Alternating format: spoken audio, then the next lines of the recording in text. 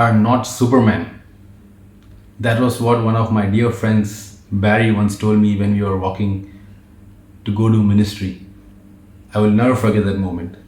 One of the common viruses that infects many of us today is that I can do this myself. I don't need community. But when you look at the early church, you see that no believer lived out their Christian faith alone. They always lived out their Christian faith in a community of believers or with a community of believers.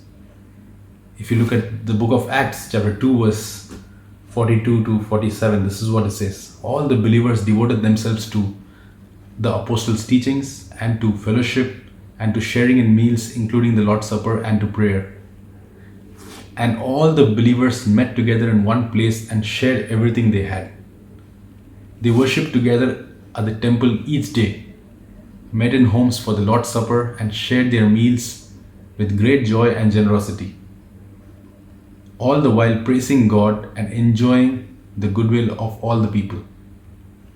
And each day the Lord added to their fellowship those who were being saved. One cannot say I am a believer of Jesus Christ or a follower of Jesus Christ when they avoid fellowship or a community of believers.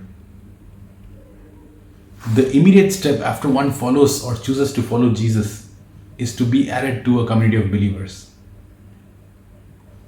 If you see, how can we prove to the world that we are disciples of Jesus Christ? It is not by putting on our WhatsApp or Facebook or Instagram status that I am a disciple of Jesus or a follower of Jesus, I love Jesus.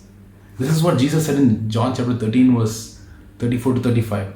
A new commandment I give you, love one another as I have loved you. So you also must love one another. By this everyone will know you are my disciples if you love one another. We cannot love one another if you are living in isolation. Loving one another just as Jesus loved us is not easy, but it is a commandment that Jesus gave us and it is not a suggestion. We are all part of this big body that is the body of Christ, and no part is greater than the other. We need each other. We need each other. When I say fellowship, it is not just being together but doing together. It is not just doing anything together, but it is working together to accomplish God's will. Every single member is important. We all need each other. The call of God is great upon each and every one of us. The call of God is great upon the church. And we cannot accomplish the call by ourselves. We need each other. Walking together is never easy. In fact, the followers of Jesus Christ, the 12 disciples, came from various backgrounds with different worldviews. But Jesus called them together and to walk together. They had to let go of their differences and choose to follow Jesus together. The first step that the enemy uses to get us to fall is to isolate ourselves, to remove ourselves from the community of believers. Watch out. Don't ever fall into the trap thinking that you can do this alone. Are you following Jesus along with a community of believers? Are you being part of a fellowship? If not, join a fellowship or be part of fellowship. Don't miss coming together. And I encourage you, do not give up meeting together. My very good friend Elmer, when he was discipling me in the early days of my faith, this is what he told me.